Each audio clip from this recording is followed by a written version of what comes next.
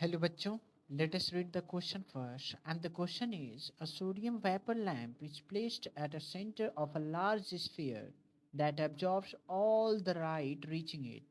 The rate at which the lamp emits energy is 100 watt. Assume that the emission is entirely at a wavelength of 590 nanometer.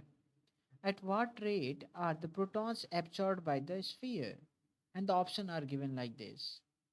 Okay, so before solving this, we'll write some key concept here. So let's write the key concept and then we'll solve further. Okay, so here we need to know that the energy of the photon. तो एक photon की energy कैसे calculate करते हैं? H C by लिम्डा का formula use करके. ये क्या है? ई एनर्जी ऑफ वन फोटोन. ठीक है. अब ये जो पावर दिया रहता है वो क्या होता है? वो सोर्स का पावर होता है, मतलब ये एंटायर पावर होता है. तो यानी पावर किस फॉर्म में स्टोर होता है? वो एनर्जी के फॉर्म में होता है. क्योंकि W इज इक्वल टू क्या होता है? W is equal to P into T होता है. और टी की वैल्यू यदि हम 1 ले लें तो क्या हो जाएगा? ये वर्क ही एनर्जी के बराबर ही तो होगा. यानी ये क्या हो जाएगा? ये टोटल एनर्जी होता है. Total energy.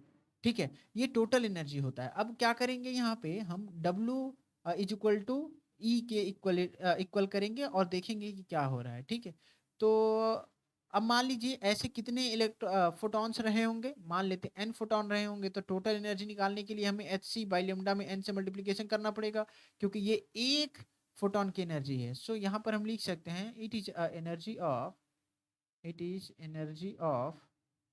Energy of one photon. One photon. ठीक है, ये एक फोटोन की एनर्जी है.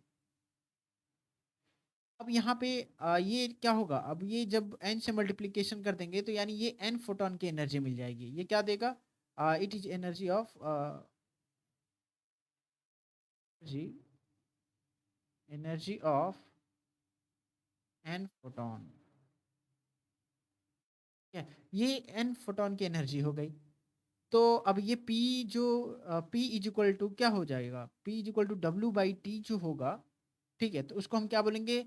Energy per second. ठीक है, तो P is equal to W by T, इसको हम क्या बोल सकते हैं? एनर्जी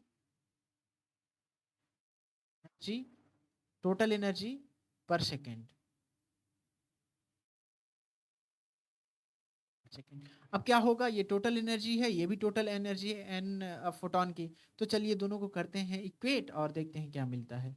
सो द P की वैल्यू बराबर हो जाएगा एच सी बाई लेमडा के, क्योंकि यहाँ हमें पर सेकंड कैलकुलेट करना है. ठीक है, तो टी की वैल्यू हमें 1 लेना होगा. ठीक, अब हम क्या करेंगे? पी की वैल्यू हमें पता है कितना दिया हुआ है? 100 वॉट दिया है.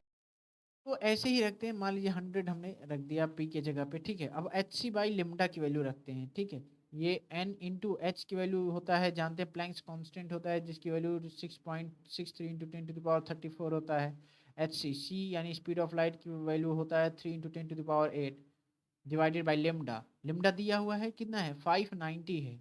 और नैनोमीटर में दिया है तो यानी 10 टू द पावर -9 हो जाएगा, क्योंकि एक नैनोमीटर किसके बराबर होता है? 10 टू द पावर -9 मीटर के बराबर होता है. ठीक, अब इसको जब हम सॉल्व करेंगे ना तो वो हमें क्या देगा? सबसे पहले ये देगा 3.37 इंटू 10 टू द पावर -19. ये मिलेगा सॉल्व करने के बाद इसको, और ये हो जाएगा आपका 100. अब करते डिवाइड हैं 100 में, फिर देखते हैं क्या होता है. सो 100 ये हो जाएगा डिवाइडेड बाय, ये क्या हो जाएगा? 3.37 इंटू 10 टू द पावर -19 हो जाएगा. ठीक, चलिए करते हैं डिवाइड. ये 10 टू द पावर -19 ऊपर चला जाएगा तो ये क्या बचेगा? 100/3.37 इंटू 10 टू द पावर 19 हो जाएगा. और जब हम इसको डिवाइड करेंगे ना तो हमें मिल जाएगा यहाँ पर 2.967 इंटू 10 टू द पावर 20 मिल जाएगा. ठीक है, तो ये फाइनली हम बोल सकते हैं एल एन की वैल्यू ये मिल गई. अब इसको अप्रॉक्सीमेटली यदि लिखना हो तो हम क्या लिख सकते हैं? 2.97 इंटू 10 टू द पावर 20 लिख सकते हैं. ठीक है, so what we can say here, we can say we have found the value of n, or we can say the number of photon as a 2.97. और ये क्या है? ये पर सेकेंड होगा, क्योंकि हमने टी की वैल्यू यहाँ पर क्या कंसीडर कर लिया था? 1 कंसीडर कर लिया था, इसीलिए पी के इक्वेट कर दिया था. ठीक है, तो फाइनली हम बोल सकते हैं option D is correct answer. So hope you understood it well. Best of luck.